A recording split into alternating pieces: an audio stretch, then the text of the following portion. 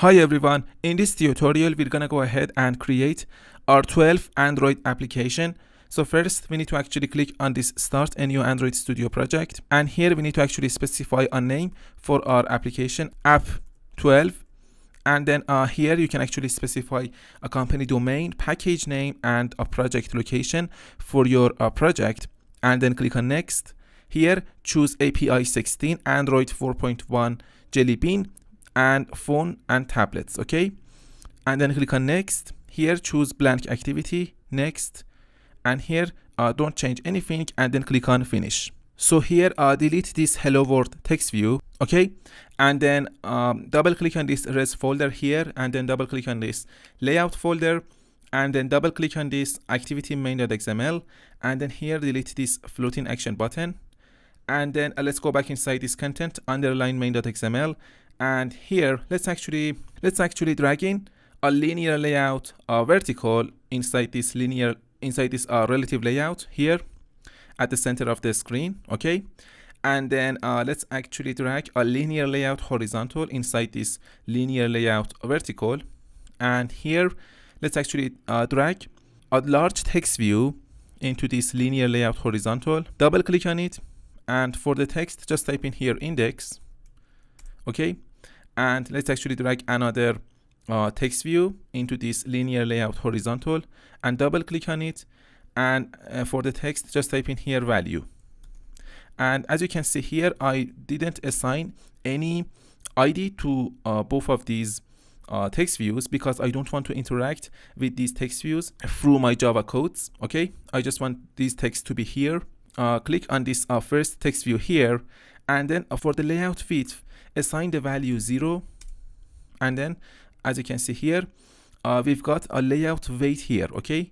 So for the layout weight just assign the value 0.5, okay. So here as you can see I assumed that the width of this linear layout horizontal is 1, and then I actually assigned the value 0 for the layout width of this text view, and I assigned the value 0.5 to the layout weight of this text view here, okay. Let's actually click on this other text view here.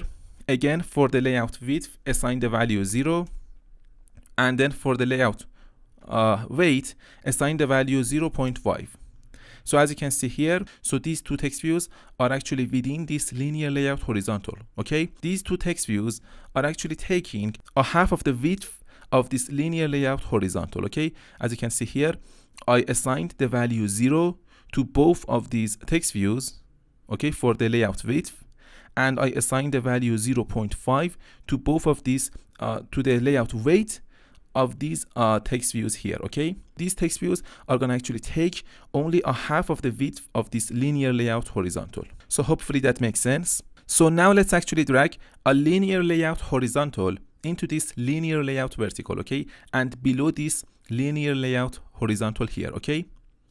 And as you can see here, this is our linear layout horizontal. So now I want to actually put a linear layout vertical into this linear layout horizontal, okay. And let's actually drag another linear layout vertical into this linear layout horizontal, okay.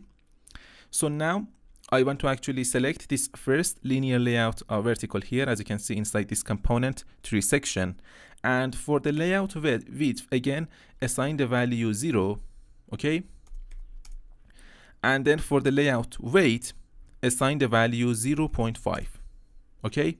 Again select this second linear layout vertical. For the layout width assign the value 0, and for the layout weight assign the value 0.5. So as you can see here, these two linear layouts are actually taking a half of the width of this linear layout horizontal, okay. So as you can see here I actually assumed that the width of this linear layout horizontal is 1 or 100, and then these two text views are going to actually take only half of the space, half of the width of this linear layout horizontal, okay, half of the width of this linear layout horizontal, as you can see here. So I assigned the value 0.5 to the layout weight of these two text views. So hopefully that makes sense. Okay, now let's actually drag a large text view into this first linear layout vertical that is inside of this linear layout horizontal, okay. So you can actually put it here, as you can see, and double click on this text view, and let's actually delete the text of this text view. For the ID, just type in txt index. Okay, let's actually drag another large text view into this second linear layout vertical that is actually inside of this linear layout horizontal. Okay, so just put it here, as you can see, inside this component section. So I did a mistake and I didn't actually put this linear text view inside of this linear layout vertical, so I can just drag it inside this linear layout vertical. Okay, so double click on this text view and delete the text of this text view, and for the ID just type in here txt value. Okay, so now let's actually go back inside this main activity.java file and double click on this tab in order to make this editor area wider. Okay, and delete these lines of code that are actually related to the options menu, and here delete this line of code and this curly brace. Okay, and here delete this block of code that is actually related to the floating action button. Okay, so now we can actually put our own codes here. So in this tutorial and in this application, I want to talk about arrays in Java. Okay, Java provides a data structure, the array, which stores a fixed size, a sequential collection of elements of the same type. Okay, so we can actually put some elements that are actually of the same type in one place, and we can refer to them. So for example, imagine that I want to actually create 100 integer variables. If I want to create that, I can't just type in here int num1, for example number 1, and so on, int num2, for example number 2, and so on. This is the wrong way. Okay, if I want to create 100 integer numbers, or if I want to create 100 integer variables, and if I want to refer to those values, I can just create an array and store those 100 values, those integer values in that array. Okay, arrays only store actually a fixed size sequential collection of elements of the same type. Okay, so an array is used to store a collection of data. Let's actually create some examples, and then it will make sense to you. Okay, so for example, I want to actually create an array of integers. Okay, int. Okay, and then I need to actually put in a pair of brackets, as you can see, after this type. So first of all, I actually specified the type of my array, integer. Okay, so this array is going to actually accept integer numbers only. Okay, and here I actually put in a pair of brackets here to specify that I am going to actually create an array object. Okay, and here I need to actually specify a name for our array. For example, integer numbers. Okay, this is the name of my array. Okay, and here I need to actually put in an assignment operator here, new.